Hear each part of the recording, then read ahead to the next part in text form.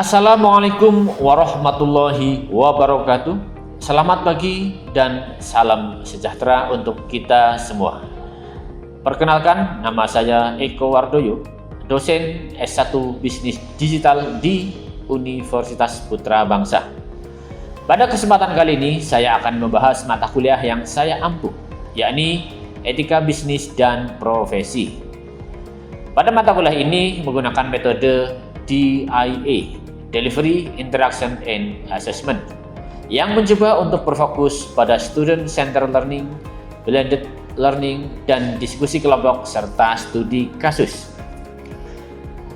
Video ini dibuat untuk memenuhi persyaratan sertifikasi dosen tahun 2025, yakni pernyataan diri dosen dalam unjuk kerja dalam Tridharma Perguruan Tinggi atau PDD UKT PT di aspek pengajaran.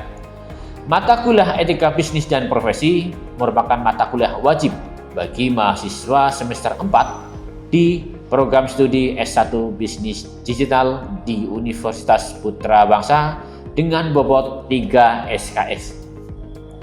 Mata kuliah ini membahas tentang prinsip-prinsip etika dan tanggung jawab profesional dalam konteks bisnis dan dunia kerja. Mahasiswa akan mempelajari konsep etika, moral, kode etik profesi, serta teori-teori etika yang relevan dalam pengambilan keputusan. Mata kuliah ini bertujuan untuk meningkatkan kesadaran etis, pengetahuan etika, dan perilaku etis mahasiswa yang pada akhirnya akan meningkatkan kemampuan mereka dalam pengambilan keputusan etis ketika terjun ke dunia kerja, dan terlebih khusus di era digital. Adapun materi yang akan disampaikan meliputi bisnis dan etika dalam dunia saat ini, teori etika, ekonomi keadilan, sistem bisnis, liberalisme dan sosialis, keuntungan sebagai tujuan perusahaan, kewajiban karyawan dan perusahaan, masalah etis seputar konsumen, periklanan dan etika, tanggung jawab sosial perusahaan, etika profesi, dan bisnis lingkungan hidup dan etika. Lulusan diharapkan memiliki tanggung jawab, profesionalisme, kepercayaan diri, kematangan emosional, dan peka terhadap lingkungan sosial, etika, dan kesadaran untuk menjadi pembelajar sepanjang hayat. Lulusan juga diharapkan untuk mampu mengembangkan jaringan kerja, beradaptasi, berkreasi, berkontribusi, mensupervisi, mengevaluasi, dan mengambil keputusan dalam rangka menunjukkan kinerja mandiri dan kelompok untuk menerapkan ilmu pengetahuan pada kehidupan masyarakat. Dan capaian pembelajaran mata kuliah ini yang pertama, menjelaskan konsep dasar etika, moral, tanggung jawab sosial, dan profesi dalam konteks bisnis serta prinsip berkeberlanjutan dalam etika bisnis modern. 2. Mengidentifikasi prinsip dan teori etika dalam pengambilan keputusan bisnis dan praktik profesional.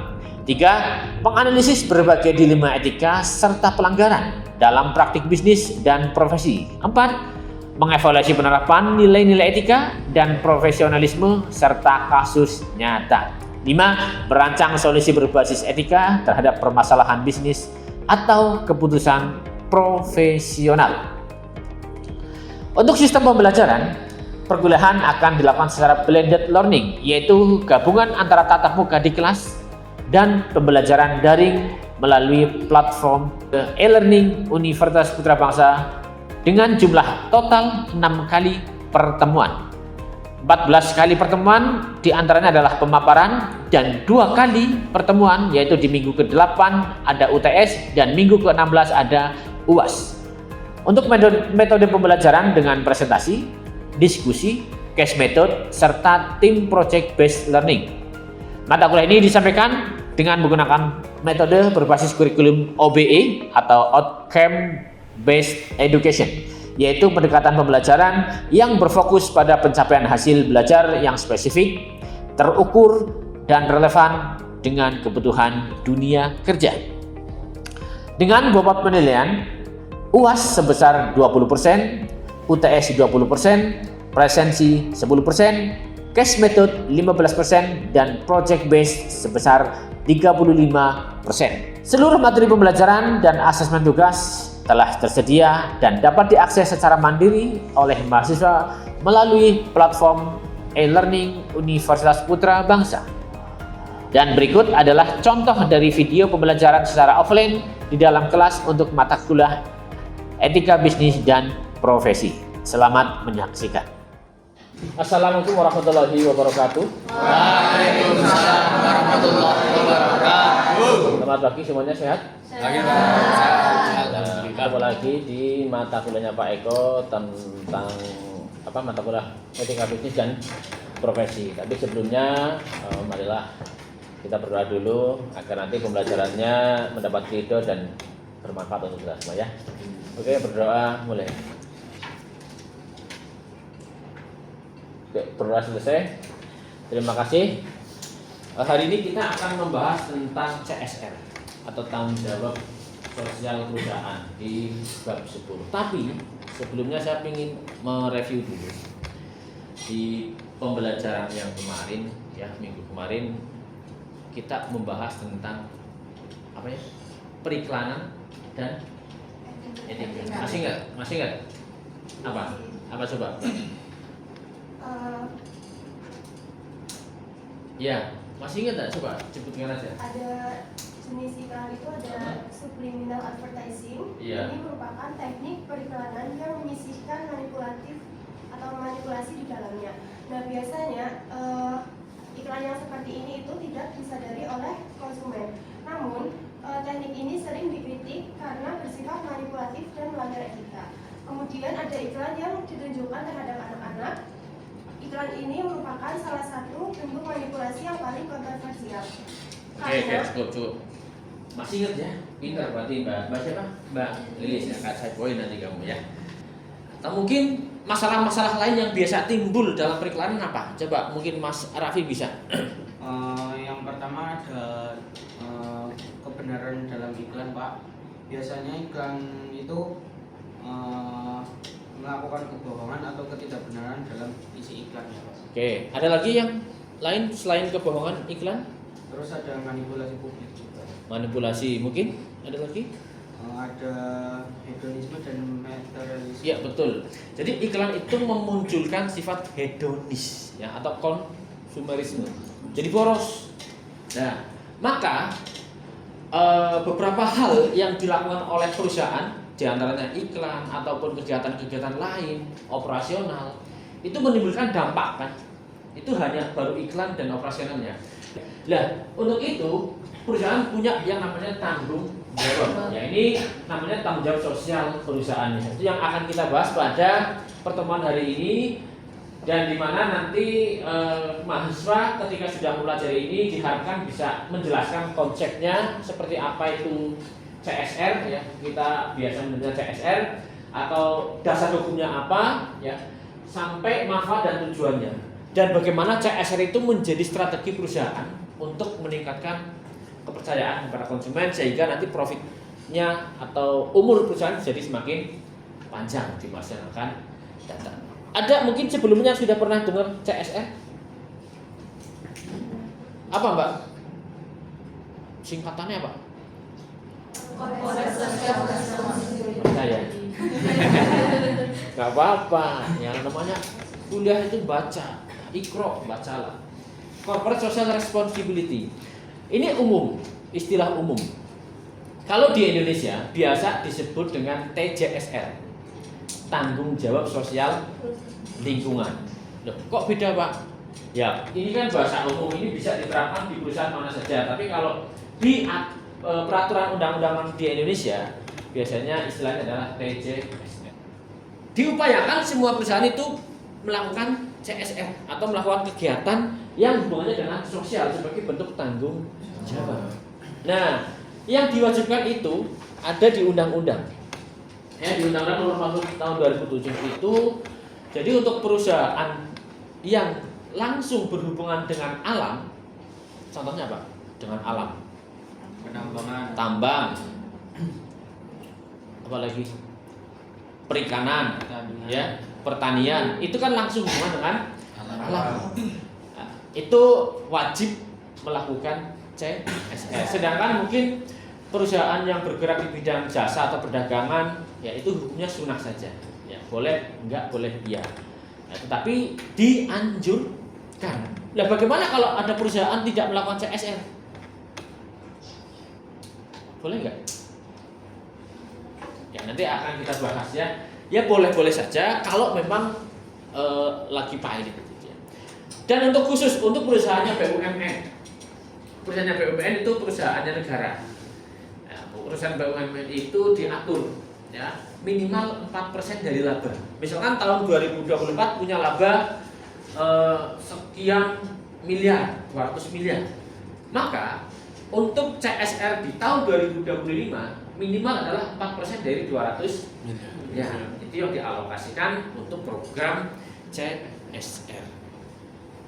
Pak, apa CSR harus atau hanya dilakukan di perusahaan besar?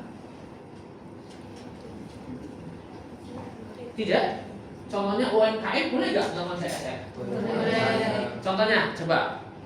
Ya, Mbak. Mas Puji. Mungkin kayak perusahaan ya maksudnya UMKM di daerah saya itu ada yang pakai misal THR, ngasih THR itu mungkin termasuk bingkisan mungkin ya, bingkisan gitu. ketika mau lebaran ya. Boleh, yaitu ada UMKM misalkan tetangganya Mas Puji ini jualan ya, setiap mau lebaran dia bagi bingkisan ke tetangga gitu ya. Boleh, itu boleh dikatakan sebagai CSR ya. Tujuannya apa sih kira-kira CSR sih? Kenapa kok perusahaan harus melakukan CSR? Yang keras? Meningkatkan reputasi perusahaan. Ya, jadi image-nya baik, begitu? Ya, image-nya baik. Kalau image-nya baik, kepercayaan masyarakat terhadap perusahaan meningkat. Kalau meningkat, otomatis banyak yang beli produknya atau memakai jasanya. Kalau banyak yang beli memakai jasanya, untungnya semakin banyak. Kalau untungnya semakin banyak dalam jangka waktu yang lama, umur perusahaan akan semakin panjang. Ya. Nah ini ya pada dasarnya kegiatan CSR dilakukan ya untuk itu, untuk meningkatkan image. Nah, ini beberapa tujuan CSR. Ya. Tadi kesimpulannya sudah disebutkan. Nah, lingkupnya apa saja? CSR itu tidak harus melakukan kegiatan yang hubungannya dengan perusahaan. Walaupun sah-sah saja ketika melakukan kegiatan CSR tapi berhubungan dengan kegiatan perusahaan. Misalkan usahanya perminyakan, ya, tambang minyak atau Pertamina. Boleh nggak melakukan CSR di luar itu? Boleh, misalkan di bidang pendidikan. Ya, tetangganya Mas Puji misalkan, dia punya usaha ayam, ya. Tetapi di daerahnya itu banyak orang yang tidak bisa kuliah karena kurangan biaya, ya. Mungkin bisa meminta atau perusahaan ayam itu bisa memberikan beasiswa kepada tetangganya untuk kuliah. Ini kamu sekolah, nanti saya biayai. Itu sebagai bentuk CSR-nya perusahaan. Itu contoh kecilnya, ya. Nah, bisa di pendidikan atau bisa melakukan pengobatan gratis, ya. Lah, secara rinci manfaat perusahaan untuk perusahaannya ini. Nah, satu tadi disebutkan oleh Mbak Lilis, ya, meningkatkan citra. Citranya naik, image-nya naik, ya, kepercayaannya tambah meningkat, untungnya jadi tambah banyak. Ya. Ketika citranya naik, otomatis banyak investor senang. Ya, investor senang jadi ingin, wah ini perusahaannya reputasinya baik. Ya. Maka mungkin banyak bisa menarik investor, banyak investor yang datang. Untuk karyawan juga jadi loyal, senang. Orang kerja di perusahaan yang reputasinya baik pasti akan bangga. Wah, Pak Eko kerja di perusahaan ABC yang terkenal, perusahaannya memiliki image yang sangat baik, citranya baik. Saya menjadi kelihatan baik. Ya memang dasarnya baik, ya. Dasarnya baik, apalagi bekerja di perusahaan yang baik, sehingga mau nambah loyal karyawan, reputasi yang baik. Nah, oke, selanjutnya beberapa manfaat CSR. Ya, manfaat CSR bagi masyarakat. Masyarakat seneng. Yang tadinya mau kuliah tapi nggak punya biaya, ada perusahaan yang mau membiayai kuliah. Yang maunya berobat tapi tidak punya biaya, ada pengobatan gratis. Yang tadinya mau bangun jalan, jalannya rusak, ya, nggak punya biaya, akhirnya minta ke perusahaan. Perusahaan membantu sebagai salah satu bentuk CSR-nya perusahaan. Nah, itu boleh. Jadi senang masyarakat, ya. Kepentingan masyarakat terakomodasi, hubungan masyarakat dan perusahaan juga akan lebih baik atau win-win solution. Pemerintah ada manfaatnya nggak buat pemerintah? Tugasnya pemerintah itu kan memang ngurusi sosial, salah satunya, ya, tercantum di undang-undang. Nah, kalau ada perusahaan yang ngurusi kegiatan sosial seperti halnya pemerintah, otomatis pemerintah merasa terbantu. Senang. Jadi pemerintah ada partnernya, partner untuk ngurusin masalah sosial, ya, gitu ya. Bagaimana sih CSR itu bisa berjalan dengan baik? Ya ini, yang pertama, kalau mau bikin CSR, paling tidak harus mengidentifikasi kebutuhan masyarakat yang ada di situ. Saya perusahaan ini ada di wilayah Kota Kebumen. Kira-kira di Kota Kebumen kegiatan sosial apa yang mungkin banyak dibutuhkan masyarakat tapi belum terpenuhi di masyarakat. Nah, itu bisa menjadi salah satu program CSR. Lalu kita bisa melibatkan pihak internal dan eksternal, ya. Tidak harus semuanya dari internal kalau mau bikin program CSR, tapi kita bisa mengundang pihak-pihak eksternal, misalkan tokoh masyarakat, ya, misalkan dari pemerintahan, Pak Lurah. Ayo kita buat program untuk CSR di perusahaan ini yang kira-kira nanti bermanfaat untuk masyarakat seperti apa, ya.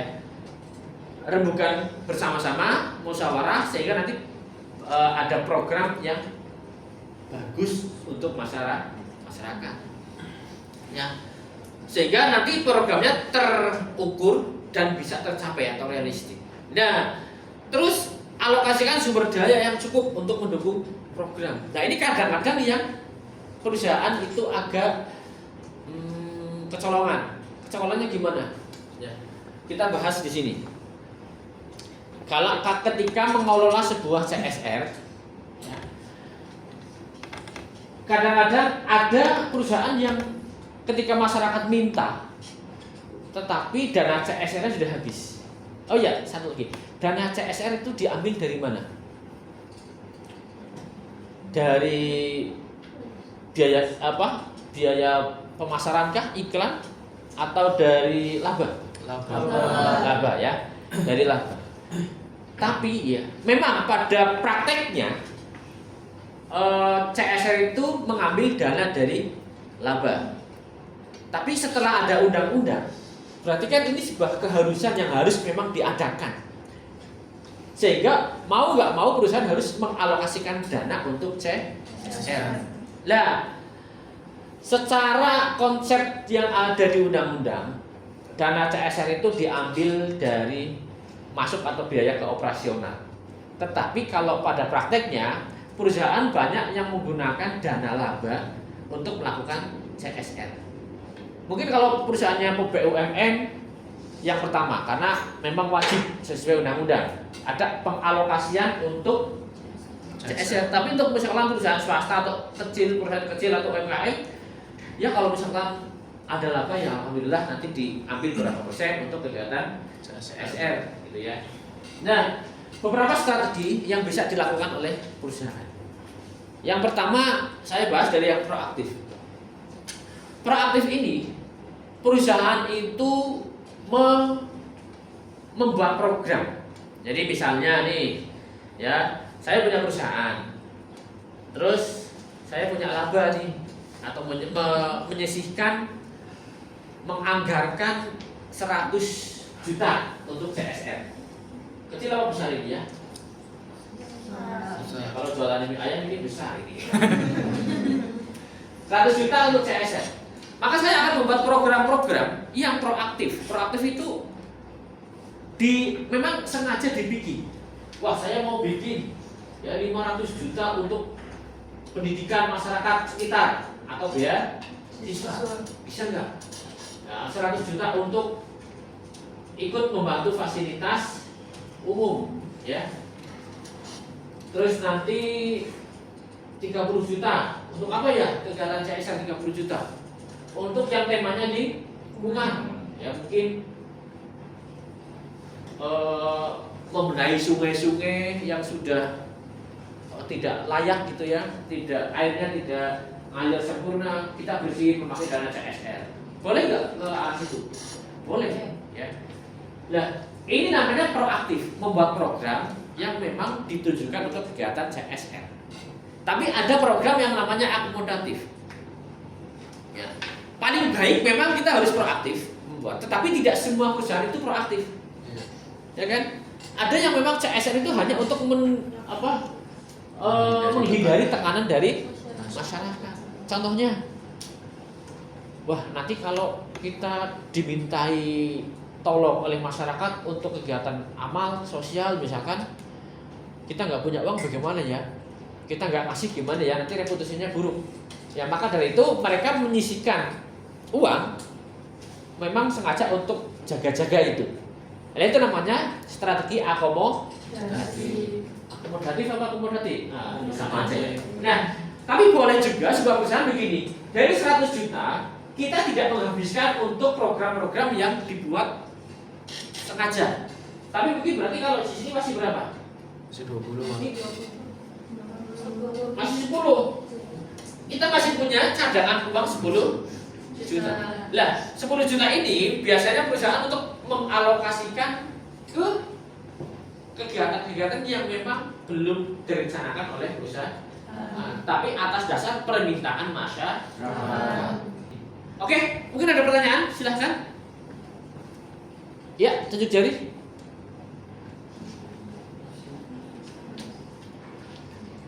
Ayo. Oke, Mbak Bunga. Yang kencang tunjuk jarinya. Nah, gitu. Mas Rudi, disut. Ya. Bagaimana CSR dapat memberikan manfaat bagi perusahaan? Oke, bagaimana CSR dapat memberikan manfaat untuk perusahaan? Bagaimana kira-kira? Ada yang mau jawab? Tadi sekilas sudah dibahas di depan. Yang pertama, CSR adalah perbuatan baik, perbuatan sosial. Ketika perusahaan melakukan CSR, image-nya jadi citra baiknya jadi ada. Jadi wah, itu perusahaan kok apik, ya, bagus, beretika. Nah, kalau di ranah etika bisnis jadi etis, ya. Yang dilakukan etis, beretika, baik, otomatis akan meningkatkan kepercayaan masyarakat, Mbak Bunga, ya. Jadi masyarakat jadi semakin percaya kepada perusahaan. Nah, sehingga itu bisa meningkatkan profitabilitas di masa yang akan datang. Ya, jadi untungnya jadi tambah banyak karena kepercayaan naik, investor jadi datang, ya. Terus jadi umur perusahaan otomatis jadi panjang. Karena profitnya datang terus jadi umurnya panjang. Tuh. Ada lagi? Silakan. Oke, Mbak Ratna. Kalau perusahaan tidak melakukan CSR, apa ada sanksi, Pak? Pertanyaan yang bagus. Kalau perusahaan tidak melakukan CSR, apa ada sanksi? Nah, ada, ya, sanksinya ada. Tapi sanksi dari CSR ini tadi di depan saya sudah ceritakan bahwa ada perusahaan pemerintah BUMN, ada atau yang berkaitan dengan sumber daya alam. Ada perusahaan yang memang jasa punya swasta, misalkan perdagangan, gitu ya. Kalau punya pemerintah, sanksinya biasanya pertama teguran, ya, teguran atau lisan begitu. Kalau memang belum diindahkan, masih diabaikan, ya, terus biasanya dikasih teguran lagi. Kalau enggak, dikasih pembekuan usaha. tidak boleh beroperasi.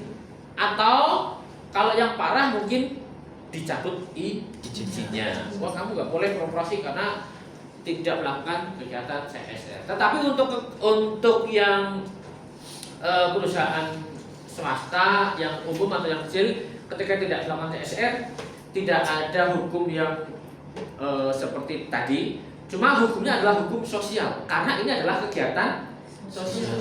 Namanya juga tanggung jawab sosial. Maka ketika tidak melakukan CSR, sanksi terberat adalah sanksi sosial. Sanksi sosial itu apa? Sanksi yang datang dari masyarakat.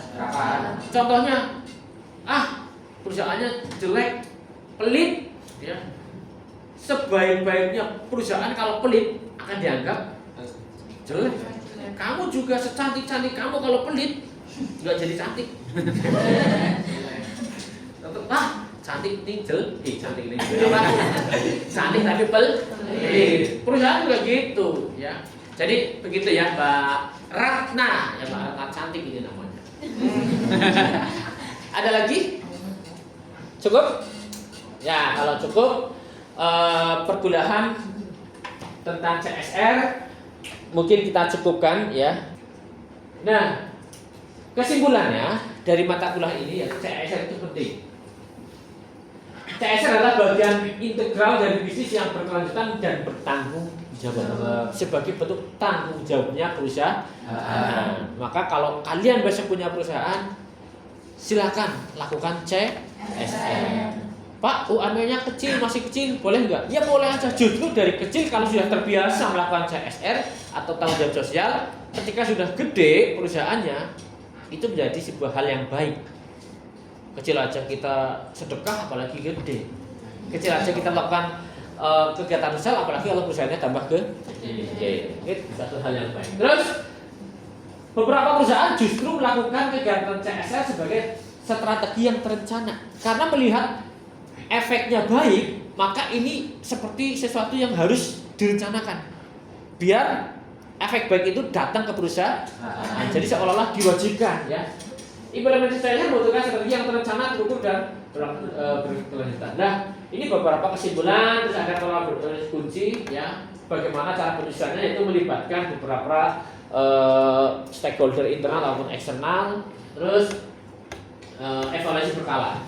Setiap hal itu harus ada evaluasi. Oke, itu. Nah, untuk tugas kalian ya. Ini tugas kelompok karena mata kuliah etika bisnis dan profesi ini berbasis project. Jadi besok ada tugas kuliah. Kemarin juga saya sudah sampaikan, tapi saya lebih jelaskan lagi ya. Kalian akan mencari kasus nyata ya tentang bisa CSR atau kemarin tentang periklanan ya. Ada tentang profesi atau tentang lingkungan hidup, di mana letak pelanggarannya.